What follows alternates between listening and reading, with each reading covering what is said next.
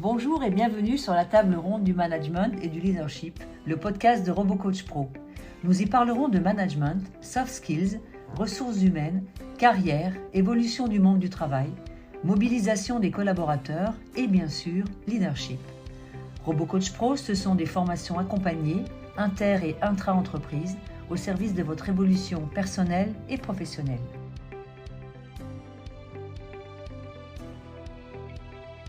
Bonjour à toutes et bonjour à tous. Bienvenue pour ce webinaire hors série de RoboCoach Pro. Vous en avez l'habitude. D'habitude, nous avons nos webinaires le dernier vendredi du mois à 11h15. Là, nous souhaitions vous proposer un webinaire hors série sur les entretiens annuels et sur ce que le 360 Feedback peut apporter aux entretiens annuels, tant du côté manager, mais on dira aussi deux mots du côté équipe et collaborateur pour avoir les deux angles de vue.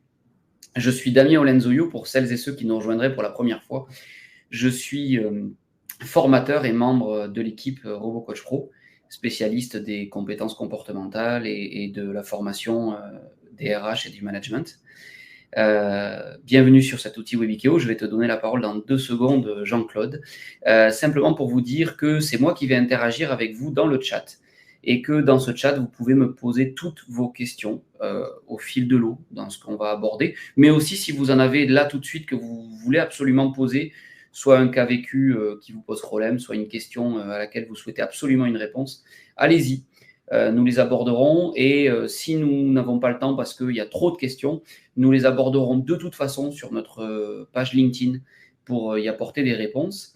Vous avez aussi, juste sous nos caméras, 2 boutons sur lesquels vous pouvez cliquer qui vous permettront de soit nous contacter pour avoir un retour et qu'on puisse échanger avec vous sur éventuellement vous en dire un peu plus, aborder l'une de vos problématiques, et également un autre bouton qui vous permet de télécharger le livre blanc sur le 360 et l'entretien annuel.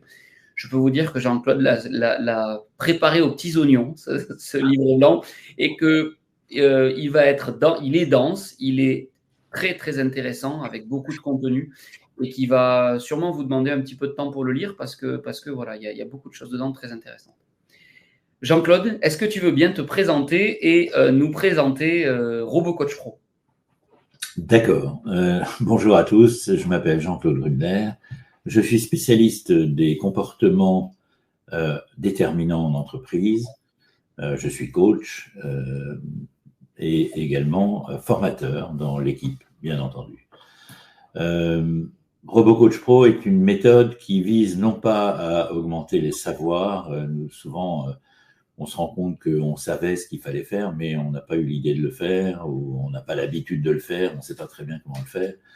Et la méthode de formation RoboCoach Pro, c'est d'accompagner les personnes tout au long de l'acquisition de nouveaux comportements. C'est vraiment ça notre spécialité, et non pas simplement de savoir qu'il ne faut pas couper la parole aux personnes qui parlent parce que ça les met de mauvaise humeur. Il faut aussi en avoir le réflexe. Et c'est un petit peu ce que cette méthode pédagogique propose. Est-ce que ça te suffit, Damien, pour parler de RoboCoach Pro? Tu veux plus de précision? Non, c'est déjà ça. Voilà, c'était pour poser un peu le contexte. Il y en a qui nous rejoignent spécialement pour ce hors-série, qui n'ont pas l'habitude de nous suivre tous les mois. Ça leur permet de savoir qui leur parle aujourd'hui. Voilà. Alors, pour venir à ce dont nous allons parler aujourd'hui, effectivement, les comportements sont extrêmement importants parce qu'on ne voit pas toujours les comportements, on ne sait pas toujours les analyser. Finalement, on a parfois des impressions qui ne sont pas toujours justes. Et c'est ce qu'il faut éviter, surtout quand on arrive au moment de l'entretien annuel, ce dont nous allons parler aujourd'hui. Merci Damien d'avoir parlé du livre blanc. En fait, il se veut être un guide pour vraiment aider les managers à préparer, mais également les collaborateurs, vous le verrez pour ceux qui vont le télécharger. C'est aussi les collaborateurs qui peuvent savoir comment on se prépare à un entretien, qu'est-ce qu'on a un avantage à faire, à ne pas faire, etc. Donc, n'hésitez pas à utiliser ce guide si le cœur vous en dit. En fait, les entretiens, en général, se passent plutôt bien, mais parfois non. Mais d'une manière générale, c'est une rencontre dont on peut tirer vraiment énormément de choses. C'est pas simplement un devoir, c'est pas simplement une obligation ou un rituel. c'est aussi une occasion formidable. Et ce que nous voulons essayer de vous apporter aujourd'hui, c'est justement l'art et la manière de considérer cet événement comme une occasion de faire avancer les choses, de faire grandir la qualité de la relation. Vous le savez sans doute, ce qui compte le plus, quelle que soit l'occupation de chacun d'entre nous ou de chacune, ce qui compte le plus, c'est la qualité de nos relations avec les autres. Quand on travaille en équipe, quand on travaille dans une entreprise, dans un groupe, dans une organisation, quelle qu'elle soit, la qualité des relations que nous entretenons avec les autres est extrêmement impactante dans la qualité de ce que nous produisons. Plus on a des bonnes relations avec les autres, plus on a des ressources. Et plus on a des ressources, plus on est capable de bien faire. Donc c'est un peu ce qu'on va voir pendant ce webinaire.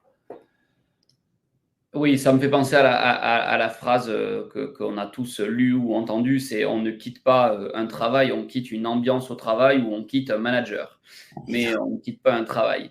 Et donc c'est vrai que l'entretien annuel, entre autres, mais l'entretien annuel particulièrement, est un levier très très intéressant parce que finalement c'est l'un des rares moments où on a le temps, la possibilité d'avoir un espace d'échange privilégié, d'avoir un espace d'échange à froid qui n'est pas lié à une situation, donc qui va pas être un feedback lié à une réussite ou à un recadrage ou à une problématique rencontrée, mais qui va être voilà, un temps d'échange plus neutre au départ, dont on peut se servir et à la fois qu'on a la possibilité.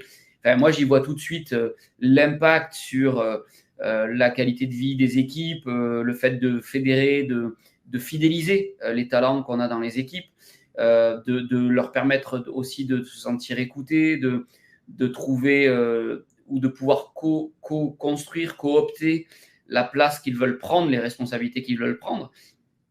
Je pense tout de suite à ces côtés positifs là, mais j'imagine qu'il y a aussi le revers de la médaille où parfois, quand ça se passe pas bien, c'est aussi une situation qui peut devenir un terrain glissant ou une situation à risque, justement de perdre l'adhésion de certains talents, voire des fois par aussi, ce que je dis là est sans jugement, mais aussi peut-être des fois parce qu'en tant que manager, on a peut-être l'optique d'être le porteur de réponse ou d'être celui qui va parler le plus et bien de parfois décevoir la personne en face dans le sens où finalement elle n'a pas pu se sentir entendue ou écoutée, quoi.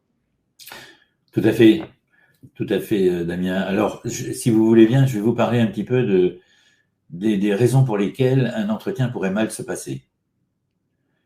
La première, c'est que on n'a pas toujours, dans le feu de l'action, le temps de le préparer comme il faut. Pour le manager, il n'a pas eu le temps peut-être de collecter les exemples de ce qui s'est passé, de ce dont il voudrait discuter. Pour le collaborateur, lui, il n'a peut-être pas réfléchi non plus vraiment à ses réalisations, à ce qu'il aurait pu faire mieux, aux défis qu'il a rencontrés, aux difficultés, etc. Il n'a peut-être pas non plus vraiment pensé à ses opportunités de croissance, comment sa carrière peut se développer, etc. La deuxième chose, c'est une communication inefficace. Quand on parle de communication inefficace, on veut dire évidemment le ton critique, quand on s'arrête à des détails qui font que on va pas montrer d'empathie parce qu'on n'a pas très envie d'accompagner l'autre dans la difficulté. Pas d'écoute, bien entendu, l'écoute, sachez que toujours, vous savez qu'on a fait un webinaire il n'y a pas si longtemps sur l'écoute active. L'écoute est un outil extraordinaire et donc évidemment se préparer à écouter, c'est une bonne idée pour les deux d'ailleurs, collaborateurs autant que managers. Il y a aussi ensuite la subjectivité, le biais. Par exemple, quand on voit quelqu'un se comporter d'une certaine manière, on ne peut pas s'empêcher d'avoir un jugement instantané qui fait qu'on va avoir une impression négative ou positive. Si elle est négative, cette subjectivité peut impacter de façon dommageable l'entretien parce qu'on va être biaisé un petit peu par cette impression qu'on a de la personne.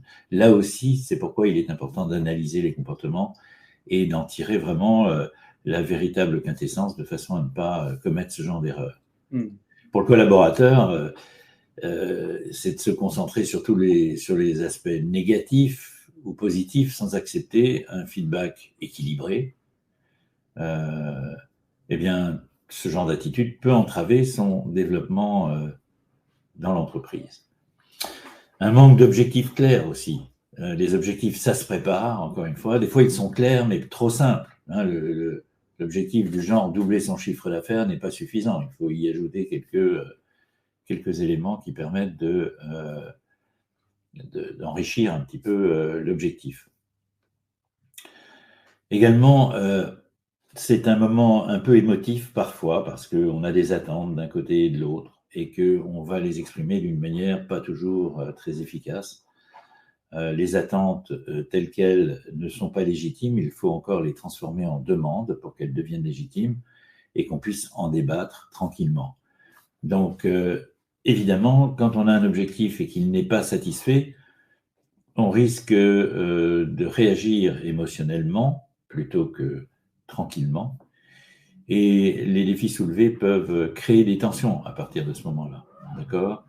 Quant au collaborateur, celui qui prend les critiques de son manager du mauvais côté, qui ne les voit pas comme étant constructives, mais simplement être des critiques. Je tiens d'ailleurs à vous dire à ce moment-là qu'une critique, elle est toujours acceptable lorsqu'elle est constructive. Et qu'est-ce qui la rend constructive ? Par exemple, c'est de ne pas parler de la personne. Par exemple, on vous livre quelque chose, une demande que vous aviez faite, on vous livre le dossier, et là, vous dites « mais t'es nul, c'est pas du tout ce que je t'avais demandé ». Évidemment, ce n'est pas ce qu'on appelle une critique constructive. La critique constructive, c'est de rester factuel. D'accord ? Donc, toujours factuel. Ça aussi, ça fait partie de la préparation du manager et du collaborateur. Rester factuel. C'est vraiment un entretien dans lequel plus on est factuel, moins on risque de dévier ou de tomber sur des critiques personnelles. Voilà. En fait, ce qu'on recherche dans l'entretien, ce sont des opportunités d'amélioration. Et évidemment, il ne faudrait mieux pas les manquer, ces opportunités. Et puis enfin, un entretien doit avoir un débouché derrière. Et ce qu'on oublie souvent, c'est que l'entretien doit rester présent. Ce qu'on en aura tiré, ce qu'on aura décidé pendant l'entretien doit continuer d'exister. Ravi de te revoir. Oui. J'ai eu un petit souci de connexion, visiblement. Mais... Donc, je disais qu'il faut aussi avoir un suivi derrière l'entretien. Il faut, pour le manager, s'il y a des objectifs qui sont fixés et des progrès attendus, eh bien, ce serait quand même très bien de les suivre, c'est-à-dire de valider en permanence et de faire remarquer, de donner à ce moment-là un feedback positif. J'ai vu que sur ce point que nous avions discuté tous les deux, tu as progressé et franchement, je voulais te dire que c'est super, continue comme ça et voilà ce que ça va pouvoir donner avec le temps, etc. Pour le collaborateur, pardon. Ce que j'entends dans ce que tu dis, j'entends deux choses sur lesquelles j'aimerais bien que tu précises. C'est déjà côté préparation, ça sous-entend d'avoir un vrai temps de prise de recul et de préparation de cet entretien côté manager. Oui. Et de ne pas simplement se dire, bon, c'est bon, j'ai en tête un peu le feedback que je veux faire, je sais comment l'année s'est passée, lui, c'est un élément qui fonctionne plutôt bien, voilà, on va échanger, on va prendre le temps. Ça demande d'avoir une vraie feuille de route, en fait, de cet entretien. Tout à fait. Et l'autre chose que j'entends, et là, ça me fait penser du coup au 360, c'est que quand tu parles de critique factuelle, parce que tu ne me voyais plus, tu ne m'entendais plus, mais moi je te voyais, je t'entendais. C'est que quand je t'entends parler de critique sur du factuel, effectivement, c'est toujours fondamental. Juger un travail, c'est une chose, juger un être humain, c'est complètement vécu différemment et c'est complètement autre chose. Oui.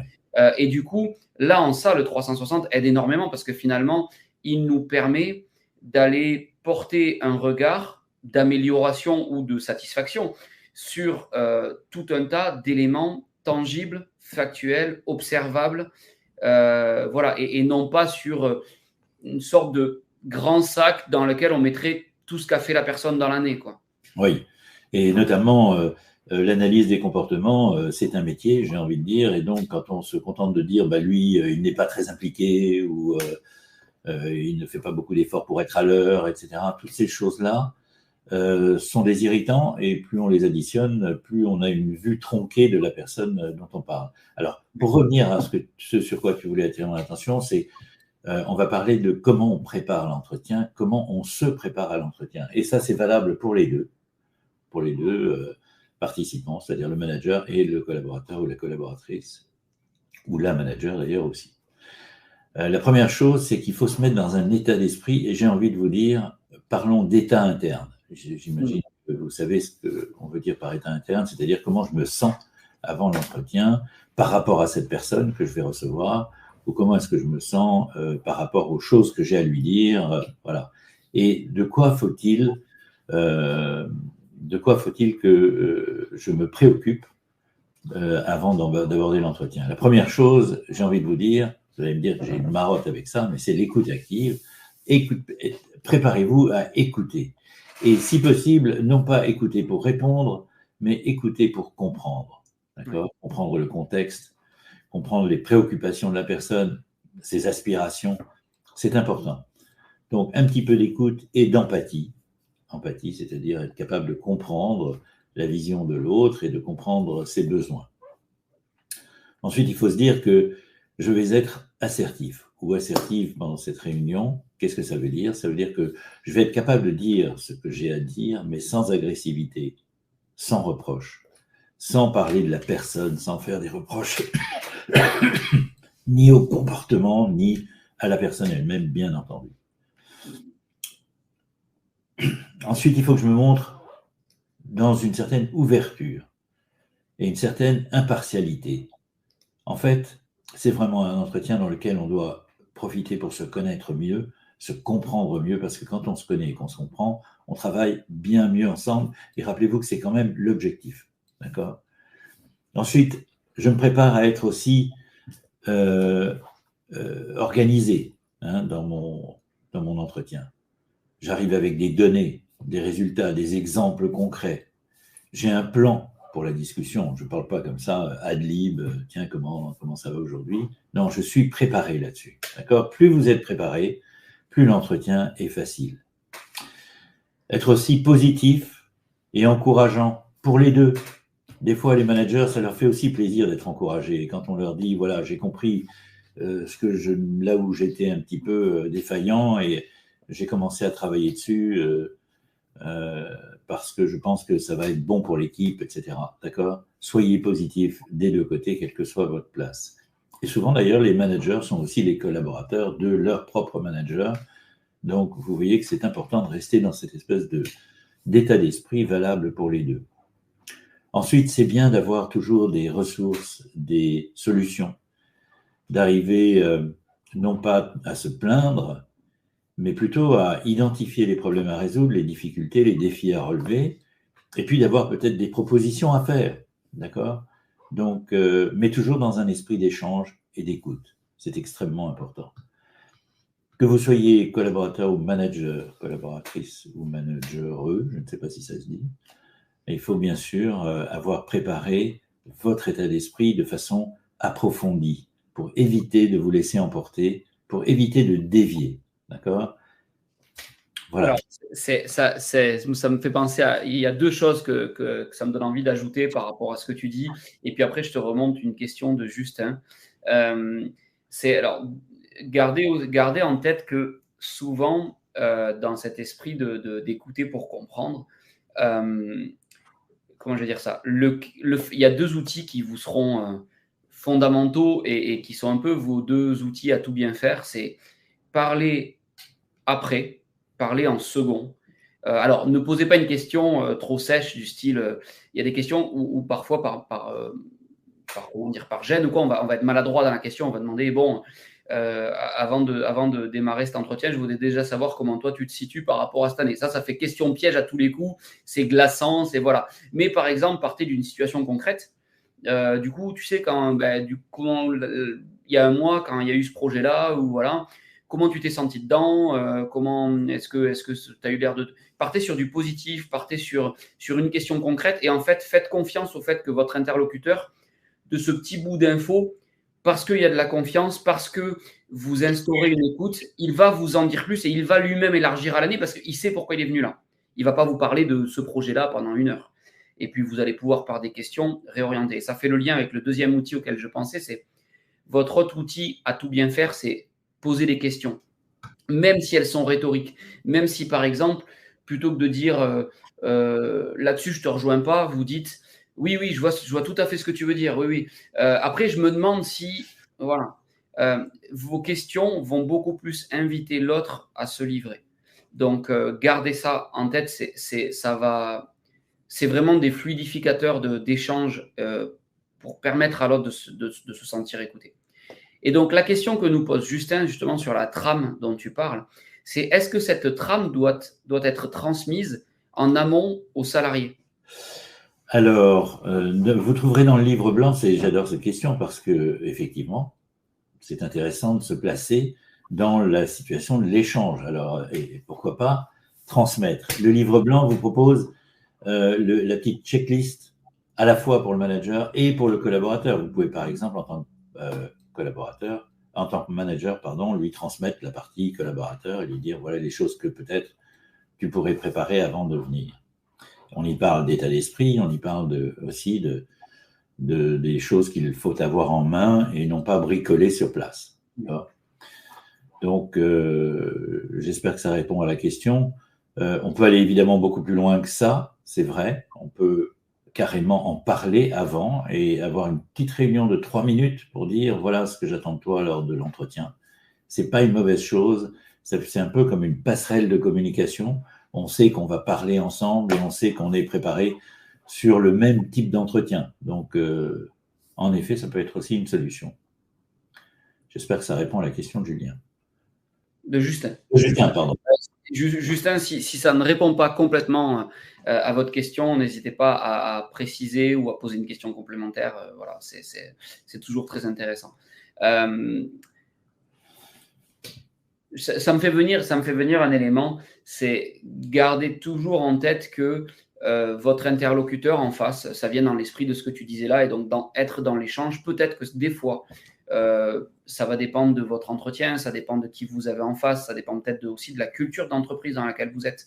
Mais gardez en tête que, effectivement, des fois, transmettre la trame peut être une façon d'impliquer et de montrer qu'on fait un pas pour être transparent et pour l'échange. Et gardez en tête que quand vous avez devant vous quelqu'un d'une équipe, un salarié, un collaborateur, cette personne-là, elle capte ce que vous dites verbalement, mais elle est sans arrêt dans la supposition de quelle est votre intention, qu'est-ce que vous pensez réellement, quelle est votre stratégie. Tout ce que vous ne dites pas, tout ce qui pour vous des fois est tout simple et il n'y a pas du tout anguille sous roche ni rien, mais pour la personne en face, ces suppositions-là, comme on le fait tous d'ailleurs quand on a un entretien, sont source de fragilité et donc peuvent être des gênes à cet échange. Donc plus vous allez informer, communiquer, transmettre de la transparence, plus vous allez créer cet espace de confiance qui va favoriser un échange et du coup une sortie par le haut pour les deux parties de cet entretien-là. Oui.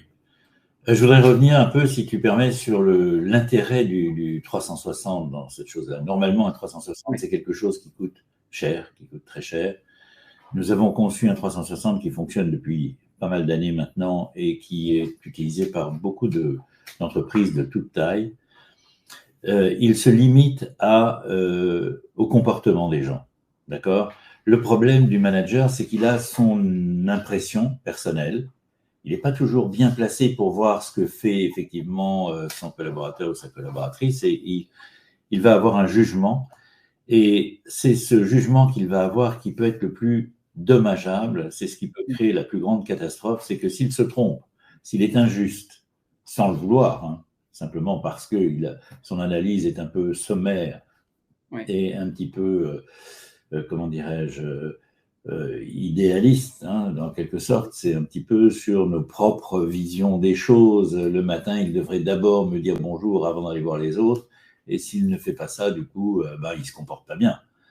Donc là, on est sur des comportements objectifs, encore une fois déterminants, vraiment, il crée une différence, il crée un avantage ou un inconvénient dans l'entreprise. Et lorsque le manager dispose d'une véritable vision sur les comportements en question, il est beaucoup plus à l'aise d'en parler parce que ça n'est pas son objectif, sa vision personnelle. Vous voyez, par exemple, dire à quelqu'un tu devrais quand même travailler ta communication. Je trouve que tu communiques très mal. Et on s'aperçoit en faisant un 360 qu'il est le seul à penser ça, en fin de compte. Ouais. Les gens autour sont tout à fait satisfaits de sa communication. Donc, pour rester objectif, ce qui est, d'une manière générale, ce qui est attendu d'un entretien, d'accord, et non pas avoir une opinion personnelle sur ce que la personne devrait faire. Par exemple, tu ferais mieux de gérer tes priorités. Ça peut être vrai, ça peut ne pas l'être, et donc, effectivement, avoir une garantie à ce niveau-là, c'est très important. C'est pourquoi nous avons fabriqué cet outil. Il a assez d'expérience sur le marché aujourd'hui pour qu'on puisse se dire qu'il est vraiment valable et il rend véritablement des services. Et vous pouvez l'utiliser comme vous voulez. Vous le verrez si vous entrez dans cette démarche et si vous analysez la possibilité de l'utiliser, vous verrez à quel point il est accessible et utile. Ouais, c'est vraiment super important. Je rebondis dessus parce que, comme tu le sais, avec RoboCoach Pro, j'en débriefe aussi beaucoup des 360. Et c'est vrai qu'il est quasi systématiquement, oui, même systématiquement, moi, je n'ai pas d'expérience contraire à ça, vécu, quel que soit le feedback, de façon positive et constructive par la personne qui le fait. Oui. Parce qu'il amène vraiment des pistes factuelles, etc. Parce qu'il offre aussi, voilà, comme tu disais, il va pondérer mon avis ou mon biais éventuel avec le retour de tout le monde, en fait, le retour du collectif, de l'équipe, des personnes éventuellement extérieures, clients, fournisseurs, etc. Et également aussi parce que très souvent, d'ailleurs, souvent à la demande de celui qui le fait, parfois aussi à la demande du manager ou du N+1, quelle que soit sa fonction, il entre après, justement. Souvent, on nous demande ça d'ailleurs. Est-ce qu'on peut l'utiliser après dans l'entretien annuel ou voilà. Donc, oui, là-dessus, c'est un outil qui… en fait, tu vois, je suis d'accord avec ce que tu disais et j'ajouterais aussi, c'est un outil qui vous enlève énormément d'obstacles que vous pourriez rencontrer. Voilà. Parce que dans sa structuration, il vous dame la piste, en fait. Je vais dire ça comme ça. Il y a Isabelle qui pose une question. Oui, vas-y, pardon, vas-y. Ah, je t'entends plus, Jean-Claude. Excuse-moi. En effet, c'est important ce que tu viens de dire, damer la piste. J'aime bien cette image. Parce qu'au fond, nous ne sommes pas toujours très conscients de nos comportements et nous ne sommes pas toujours capables d'analyser avec justesse le comportement des autres. Et donc, quand les deux arrivent avec une véritable connaissance à ce niveau-là, ils savent, le collaborateur ou la collaboratrice sait que voilà une carence, voilà un manque, voilà au contraire un avantage, parce que le 360 n'est pas là pour démolir les gens, il est aussi là pour dire attention, cette personne a un talent caché, tu ne l'utilises pas, tu as tort. Oui. Elle a une capacité d'organisation, elle a une capacité de communication et tu ne t'en sers pas. C'est dommage, tu vois. Donc, il y a ce côté, les deux arrivent dans un état d'esprit assez tranquille parce que ça ne devient pas une lutte personnelle. Si par exemple, Damien, je te disais, je ne sais pas, je te faisais une remarque sur ta façon de parler aux gens autour de toi et que je me trompe, tu vas te défendre. Et le fait de te défendre, je peux l'analyser comme un non, comment dirais-je, une mauvaise intention, comme quelque chose qui fait que tu ne veux pas admettre parce que ça ne t'arrange pas. Et donc, au lieu de parler de choses intelligentes et de construire quelque chose, on va se chamailler pendant 1 heure sur cet aspect-là des choses. Donc, c'est vraiment extrêmement important d'envisager, d'utiliser des choses beaucoup plus tangibles. Et croyez-moi, beaucoup le font. C'est un effort, mais c'est très payant. Oui. Donc, rappelez-vous que l'entretien annuel, ce n'est pas une occasion de s'engueuler, c'est une occasion, au contraire, de construire ensemble. Voilà. Donc, il y a Isabelle qui pose une question très intéressante. Elle dit « Que préconisez-vous lorsque le collaborateur arrive extrêmement fermé à l'entretien, qu'il vient par obligation ?» Alors, il y a certainement des raisons à cela, et on ne va pas trop rentrer dans ce sujet, mais c'est très, très intéressant. Je crois que d'ailleurs, Isabelle, Cette situation doit se présenter assez souvent dans beaucoup d'organisations, beaucoup d'entreprises, donc elle a beaucoup d'intérêt. Effectivement, quand on a le sentiment que notre manager se trompe sur nous, par exemple, c'est un exemple, c'est pas la seule possibilité, mais quand on a l'impression qu'il se trompe sur nous, on a l'impression qu'il n'y a rien à lui dire parce que de toute façon, il ne nous écoutera pas. Voilà un bon moyen d'arriver de reculons dans l'entretien. D'accord ? C'est pourquoi on parlait tout à l'heure peut-être d'avoir un petit entretien préliminaire de 2 minutes juste pour dire on va se voir. Et l'objet de cette rencontre, c'est de travailler ensemble sur comment on pourrait améliorer à la fois ton bien-être au travail, hein, ta qualité de vie au travail, mais aussi en même temps ta performance. Comment est-ce qu'on peut le faire sans tout changer et en essayant d'exploiter ce que nous avons. Pour pouvoir faire ça, pour pouvoir avoir ce genre de conversation, il faut savoir de quoi on parle avec précision et ne pas se tromper. C'est pour ça que, justement, avoir des réponses sur ce que le salarié vit, sur la manière dont il gère sa vie, ses problèmes, dans la gestion du temps, dans la qualité de la relation aux autres, est-ce qu'il a des relations constructives avec ses collègues. La relation constructive, c'est ce que nous allons voir à la fin du mois, dans notre prochain webinaire la semaine prochaine. C'est extrêmement important. Qu'est-ce que c'est qu'une relation constructive ? C'est une relation à partir de laquelle on peut bâtir des choses. Et non pas une relation à partir de laquelle on passe du temps à se reprocher les uns et les autres. Lui ne m'écoute pas, oui d'accord, mais elle ne dit jamais rien, etc. Donc, petit à petit, découvrir ce qu'on fait et apprendre à vivre avec, ou éventuellement apprendre à modifier ce qu'on fait pour améliorer à la fois, encore une fois, sa qualité de vie et son rendement personnel. Vous savez, je crois qu'on est beaucoup plus heureux au travail quand on a le sentiment d'être vraiment utile et de faire bien ce qu'on attend de nous. Et donc, c'est important de savoir où on peut s'améliorer, comment on peut s'améliorer, etc. Ouais, vas-y, pardon, je ne vais pas te couper. Ouais, j'allais ajouter par rapport à la question d'Isabelle qui est très intéressante. Déjà, il y a des choses toutes bêtes dans ce qu'on disait tout à l'heure, c'est-à-dire déjà un sourire, accueillir la personne. Par exemple, quand moi, ça m'arrive en formation ou même en consulting ou en audit d'avoir quelqu'un en face qui est tendu, qui est là par obligation, j'essaie. En fait, on peut travailler que sur soi. Donc, mon premier réflexe, c'est de moi rester ouvert, de ne pas le prendre personnellement et de montrer mon étonnement à la personne en la questionnant, en m'intéressant à ce qu'elle vit. Donc, par exemple, je vais réagir en disant, par exemple, quelqu'un qui me dirait dans un tour de table de début de formation, je suis là parce que mon N+1 m'a demandé d'être là, mais moi, cette formation, je ne suis pas sûr qu'elle puisse m'apprendre grand-chose, mettons. C'est rare, mais ça peut arriver. Ma réaction, ça va être « Ah bon, ça, c'est intéressant, dites-moi pourquoi. » Et la personne, tout de suite, elle sent qu'en disant ça, elle ne me blesse pas et qu'elle est légitime, elle a le droit de le ressentir comme ça. Donc déjà, ça ne me met pas en opposition à elle. Et comme on le disait tout à l'heure, le questionnement, le fait de poser des questions, en fait, ça donne la parole à l'autre et ça lui montre qu'on est prêt à l'entendre dans son vécu. Donc déjà, ça décristallise beaucoup de la tension avec laquelle l'autre a pu arriver. Ensuite, il y a autre chose. Moi, il y a un outil que j'adore dans la communication interpersonnelle et qui rentre là dans le cadre d'un entretien. Alors, le nom n'est pas de moi. C'est un outil que moi, j'ai imaginé au fil du temps, mais il a été nommé comme ça dans une formation en rigolant par une cadre de santé que j'ai eue en formation un jour. Elle a appelé ça le tabouret de la communication. Pourquoi ? Parce que c'est 3 critères à maîtriser quand on veut communiquer sur un sujet et 3 critères donc c'est stable sur ces 3 critères, comme les 3 pieds d'un tabouret. Voilà pourquoi elle a eu l'idée de l'appeler comme ça. Et donc, dans ces 3 critères, il y a le bon lieu pour échanger. Donc, souvent, on parle d'un lieu qui va être contenant, clos, où on se sente dans une intimité.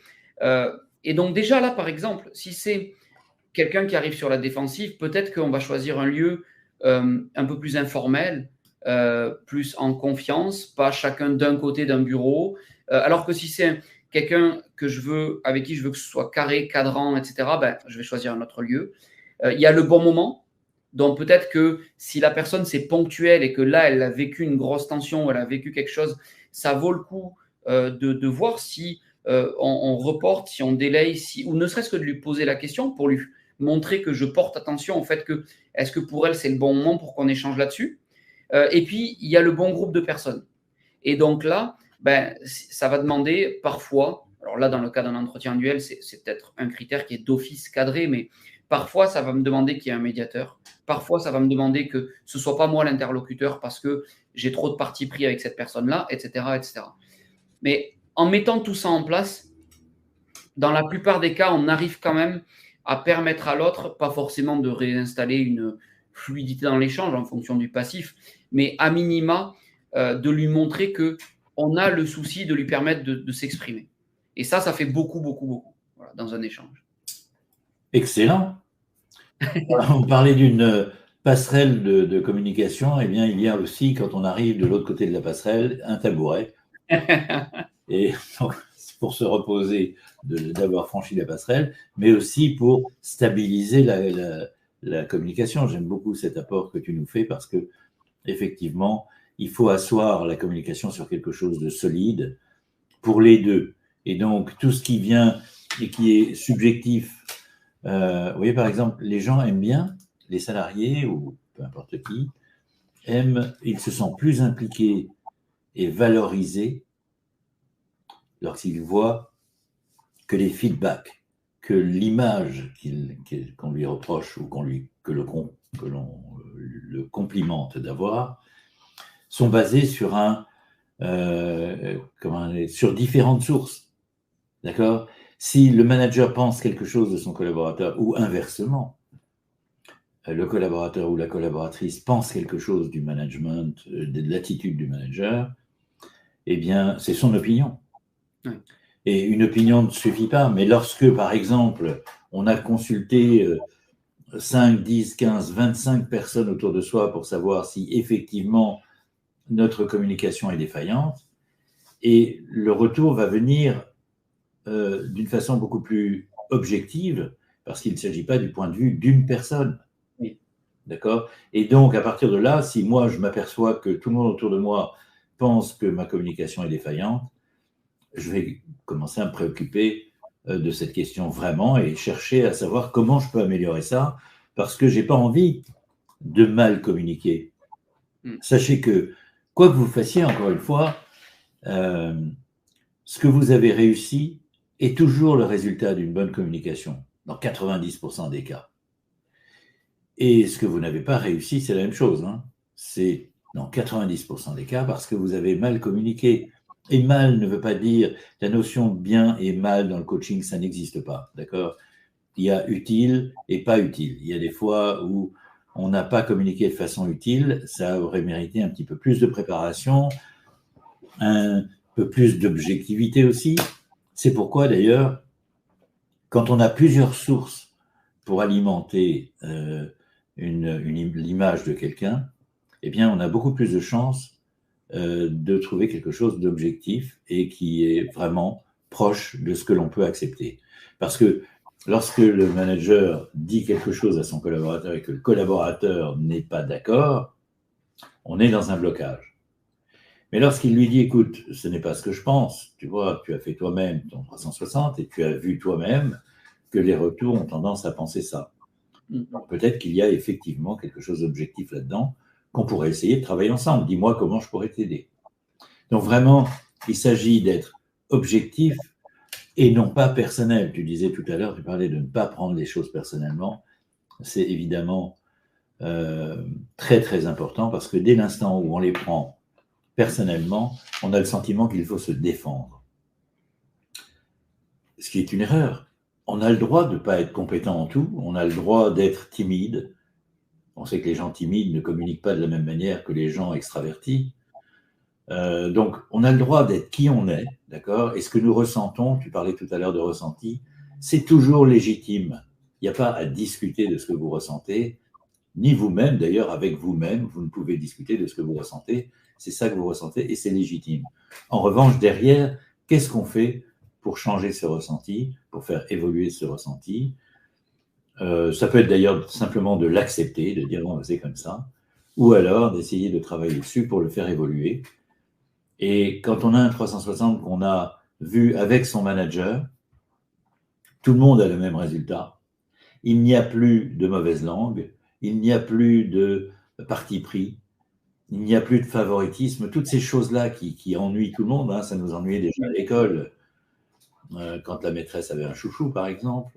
Vous voyez, ce genre de petits détails ne peut plus exister quand on cherche à savoir d'une manière équitable ce qui se passe vraiment et comment on peut l'exploiter.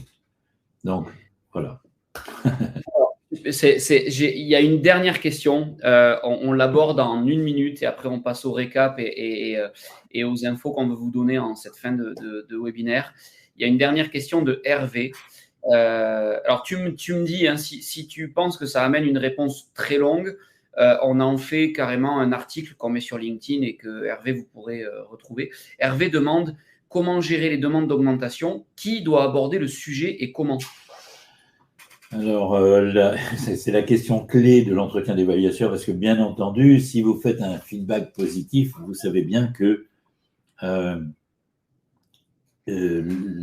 si vous me dites, par exemple, Jean-Claude, tu as travaillé formidablement bien, etc., je dis peut-être qu'à un moment donné, je mérite quelque chose qui vienne soutenir ces compliments qui, sinon, ne resteraient que du vent. Donc, effectivement, il y a la question de l'augmentation tous les ans, qui est une question tout à fait légitime, que tout le monde a. Hein. Le manager a probablement lui aussi cette question-là avec son management à lui. Donc, c'est une question extrêmement importante. Et on sait tous que l'argent ne se trouve pas sous le sabot d'un cheval ou ne pousse pas dans les arbres. Et donc, l'argent, c'est un moment extraordinaire pour le gérer parce que c'est très difficile. Souvent, on ne dispose pas d'une enveloppe suffisante pour rendre justice à tout le monde. Donc là aussi, il doit y avoir quelque chose d'équitable. Et j'ai envie de vous dire que ce qui rend les choses équitables, c'est lorsque on donne une réponse finalement légitimée. Par exemple, j'ai remarqué que cette année, ce qui t'a handicapé, c'est ton organisation personnelle. Tu sembles ne pas être très habile dans tes choix de priorité, ou ne pas les suivre, on dirait que tu te laisses perturber un petit peu. Je pense qu'il faut que tu renforces Ça ne change rien à la valeur de ce que tu as fait, ça ne change rien à ta performance, ça ne change rien au fait que tu es une personne impliquée et que nous t'apprécions beaucoup, mais ça justifie peut-être alors de dire, peut-être que l'augmentation sera supérieure l'année prochaine parce que tu auras travaillé ce point, par exemple, si c'est important. D'accord ? Encore une fois, j'ai l'air de toujours ramener ça au 360, mais je ne le ramène pas au 360, je le ramène plutôt à l'idée qu'il faut avoir une vraie connaissance de la personne qu'on a en face de soi pour décider de ce qu'on doit faire ou non. D'accord ? Il y a des éléments tangibles qui vont vous dire, d'un côté, il y a un mérite certain, de l'autre, il y a quelque chose qui n'a pas évolué. Et donc, ça ne mérite pas encore exactement ce que la personne souhaite, parce qu'il y a ça à faire bouger. D'accord ? L'argent est toujours un très, très mauvais problème dans ce genre de conversation, parce que, d'une part, si c'est négatif et qu'on dit, non, l'augmentation ne sera pas ce que tu espérais, il faut vraiment le justifier, parce que c'est comme si on disait à quelqu'un, tu n'es pas valable, tu ne vaux pas ce que tu demandes. Et c'est évidemment extrêmement difficile de dire ça à quelqu'un, parce que c'est forcément injuste. D'accord ? Là encore, j'ai envie de dire, si ça doit être négatif, il vaut mieux le baser sur quelque chose d'extrêmement factuel dans le vécu de la personne. Et si c'est positif, on sait tous que si vous donnez une réponse positive, la joie ressentie ne va pas durer très longtemps parce que quand on a une augmentation quelle qu'elle soit, on l'intègre très vite dans son train de vie. Donc, ça n'est plus vraiment un facteur très déterminant. Il y a des études très sérieuses qui expliquent que l'argent n'est pas aussi déterminant qu'on pourrait le penser. Évidemment, il l'est, mais pas à ce point-là. Ça ne suffit pas pour faire avancer quelqu'un. Parce que derrière, si l'ambiance au travail ne lui plaît pas, si les outils dont il dispose ne sont pas suffisants, si la collaboration avec les autres est insuffisante, eh bien, rien ne lui rendra sa joie de travailler ou ne la rendra suffisante. D'accord ? C'est toujours un ensemble de choses. Mettre l'accent sur l'aspect de l'argent, des deux côtés, le collaborateur, la collaboratrice et la personne qui est en face et qui a le pouvoir de dire oui ou non, doivent avoir une conversation la plus objective possible, la plus calme, mais surtout la plus motivée au sens, il y a de véritables motifs à la position que je prends et ils sont objectifs. Tiens, regarde, voilà les retours que tu as eus. Oui, en fait, c'est ça. Moi, je rejoins ce que tu dis là. Et après, on passe au récap parce qu'on va déborder un tout petit peu. On vous demande d'être indulgent. C'est un hors-série. Nous nous sommes laissés déborder un tout petit peu par le sujet. En fait, c'est vraiment, pour répondre à ma façon aussi à la question d'Hervé, je rejoins ce que tu disais là. Je pense, Hervé, que déjà, il y a une question de culture d'entreprise, de comment ça se fait dans l'entreprise. On sait que, par exemple, dans les entreprises qui ont une connotation très multinationale ou européenne, ne serait-ce que ça, le sujet est beaucoup plus libre. Alors que quand on est dans une entreprise ou même dans un service qui est très franco-français, ça peut être un sujet un peu plus tabou, un sujet qui peut être source de gêne pour le salarié aussi. Et donc, dans ce cadre-là, en fonction de la culture, peut-être que toi, tu vas décider. Si c'est une bonne nouvelle, c'est facile. La question ne se posera pas. Je rejoins ce que tu disais. Si par contre, c'est une nouvelle un peu où on se dit ça ne sera pas assez, ou j'ai pas les moyens de faire assez, ou j'estime que le regard que je porte n'est pas le même que l'attente que la personne a en face. Dans ce cas-là, sachant qu'il peut y avoir cet inconfort, en fonction de la culture d'entreprise, peut-être que le manager, à ce moment-là, va se dire « Ok, c'est à moi de prendre ma responsabilité sur le sujet et d'aborder la chose factuellement en ayant des motifs et en pouvant expliquer sa décision, sans se justifier, mais en pouvant expliquer sa décision. » Oui. Et là-dessus, en étant totalement factuel et en acceptant le degré de frustration. En acceptant le degré de frustration, en acceptant que je ne peux pas faire plaisir à tout le monde, je ne peux pas être aimé, ce n'est pas ça mon rôle de manager. Et aussi en acceptant le fait que, que ça n'empêche pas, et au contraire même, que ça doit être soutenu par la valorisation très positive d'autres points factuels. Voilà. Voilà, je ne sais pas si ça répond complètement. Si ça ne répond pas complètement, Hervé, dis-le nous. On en fera un article beaucoup. On peut creuser. C'est un sujet qui peut être creusé, qui est beaucoup plus large. Donc, si ça ne répond pas complètement, on en fera un article vraiment sur la page LinkedIn. Mais là, il faut vraiment qu'on passe au récap parce que nous allons être, je reprends mon image de piste d'amé, nous allons être en sortie de piste si ça continue. Donc, pour revenir sur le récapitulatif de ce qu'on s'est dit aujourd'hui. Le livre blanc, vous allez voir, il est vraiment construit comme un guide de l'entretien avec des outils. C'est très, très, très dense et très complet. Vous allez voir ça. J'insiste dans ce récapitulatif, nous insistons sur le 360. Vous avez compris, nous, à la base, notre cœur, le cœur de ce qu'on aime apporter aux entreprises, c'est de la formation. Néanmoins, on a décidé de faire ce hors-série sur le 360 et de mettre en avant ce contenu-là, qui est le 360, parce que, personnellement, je pense qu'il est extrêmement sous-estimé dans le sens où quand on voit l'évolution dans les équipes, quand une équipe fait un 360, ou même, d'ailleurs, tu parlais tout à l'heure, Jean-Claude, du fait qu'un manager, même quand il ne communique pas, il communique. Même quand j'arrive, je dis juste bonjour et je vais dans mon bureau, c'est interprété, je communique. Eh bien, on ne l'a pas dit, mais même en tant que manager, je peux faire un 360. Et je peux vous dire que vraiment, j'insiste là-dessus parce que je vois tous les mois chez les managers, chez les équipes, ce que ça change et ce que ça apporte quand on l'a fait. Et vraiment, c'est un outil qui est extrêmement sous-estimé. C'est vraiment un outil extrêmement efficace, extrêmement porteur, constructif. Et voilà, et c'est oui, c'est ça. Je trouve pas d'autres mots pour le dire, mais c'est vraiment sous-estimé dans ce que ça peut apporter à vous en tant que manager, à l'équipe, au fait de fédérer, au fait de créer une culture commune, au fait de créer de l'ambiance entre les personnes, etc., etc. Donc c'est pour ça que je trouve que là, pour le coup, ça vaut le coup d'insister lourdement là-dessus. Dans ce qui est à retenir aujourd'hui, Jean-Claude, est-ce que tu veux bien nous rappeler ce qui est à retenir sur ce que propose le 360 ? Alors, d'abord, c'est une analyse approfondie, comme vous le voyez. On ne va pas lire la diapositive, mais c'est une analyse approfondie au sens où vraiment on va loin dans les résultats qui sont donnés. Le diagnostic est vraiment fiable, d'accord ? Et ça amène un tas de conséquences, et notamment par rapport à ce qu'on vient de dire sur l'argent, mais aussi sur l'engagement de la personne, son implication, son plaisir de continuer.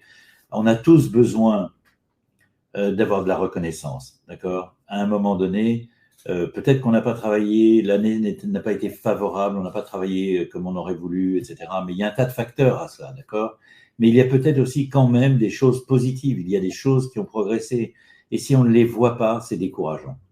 Ouais. Donc je dirais qu'un des mérites de ce produit, c'est vraiment ça, parce qu'on est strictement dans le comportement, il n'y a aucune évaluation, d'accord ? Ce n'est pas, on ne vous juge pas dans ce 360, on ne fait qu'observer et dire, en effet, je ne sais pas, moi, Isabelle, qui nous parlait tout à l'heure, eh bien, elle gère bien ses émotions lorsqu'on la contrarie, par exemple. Voilà.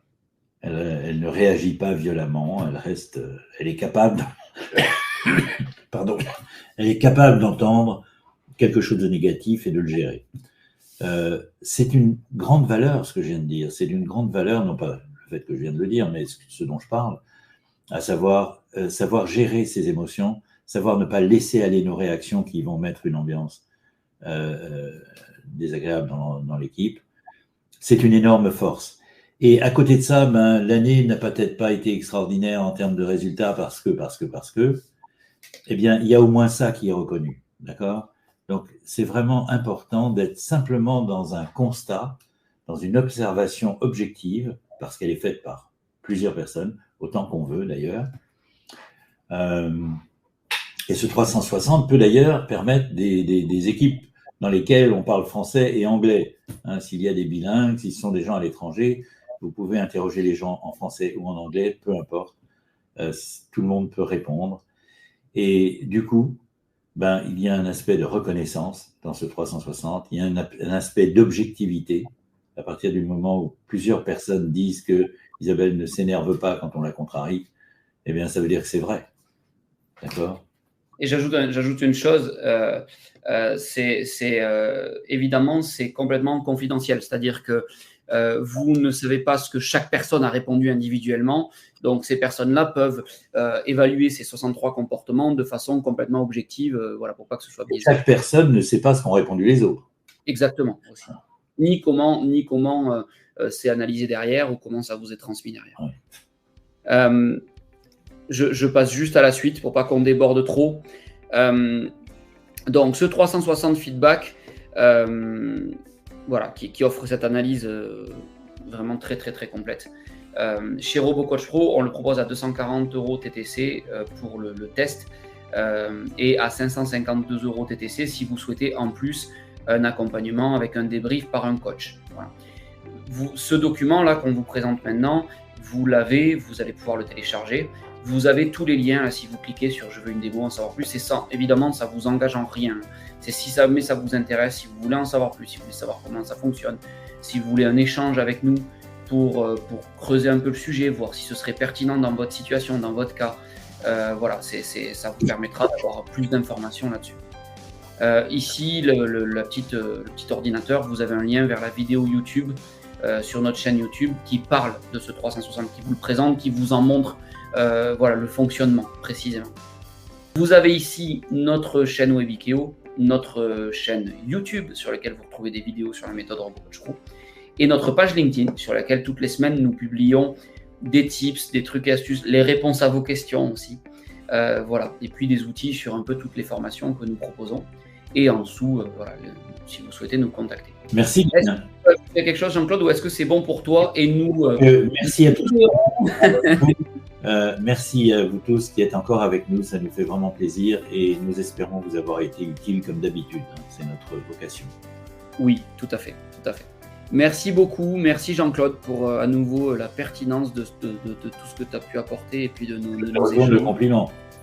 Et merci à vous tous pour vos questions, votre participation, pour vos retours. C'est toujours un grand plaisir pour nous ces moments de webinaire. Très bonne journée à toutes et tous et puis au plaisir peut-être d'échanger avec vous si vous nous contactez ou au plus tard lors du webinaire du 29 novembre. Très bonne journée à toutes. Vous avez apprécié ce podcast ? Abonnez-vous, likez et partagez-le. Retrouvez-nous sur YouTube, LinkedIn et sur robocoachpro.com. À bientôt pour un nouveau podcast ou en formation.